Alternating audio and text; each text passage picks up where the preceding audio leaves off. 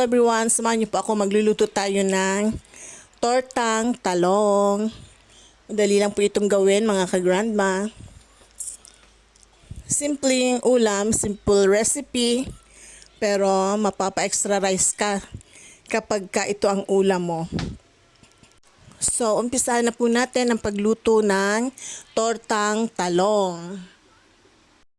So, meron na po akong nilagang talong and then binalatan ko na po. And nakaset aside na po siya. Ngayon naman po gagawa tayo ng butter. Meron po ako ditong 3 itlog ang gagamitin ko po para sa 6 na piraso ng large size na talong. Actually halo-halo mix po ang sizes niya. May large, may medium. Anyway, maglalagay po tayo sa itlog ng garlic powder. And then salt.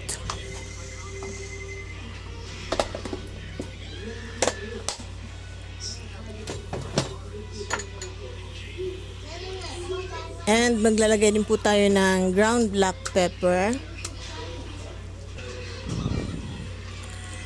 Maglalagay din po tayo ng cornstarch. 2 tablespoons of cornstarch and all-purpose flour. Ayan. Nagsama po natin ng cornstarch at saka ang all-purpose flour. Ngayon, i-mix na po natin. I-mix lang po natin hanggang mag-combine lahat ng ingredients.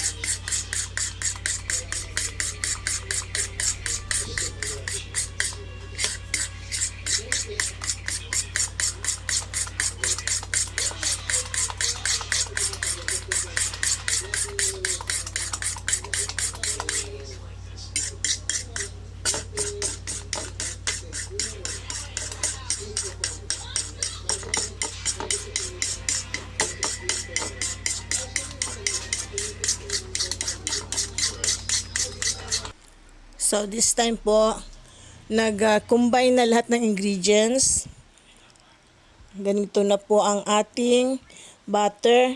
Pwede na po nating ilagay ang nilagang talong. Ito po yung nilagang talong, binalatan ko na po siya. Ipa-flatten lang po natin yung talong dito sa ating butter.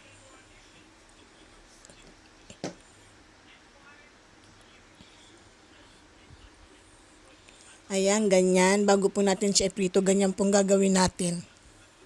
Baliktaran lang po yan. Ganyan ang gagawin natin. And then, ipiprito po natin. So, ayan, naprito na po natin yung talong.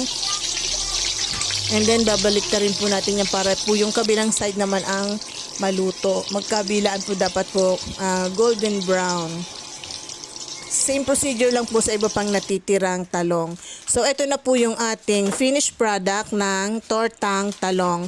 Sana po nagustuhan niyo ang video na to. At kung nagustuhan niyo po, huwag kalimutang mag-like, share, comment, and follow. See you again in my next video. Thank you for watching. Bye. God bless everyone. Sarap tortang talong.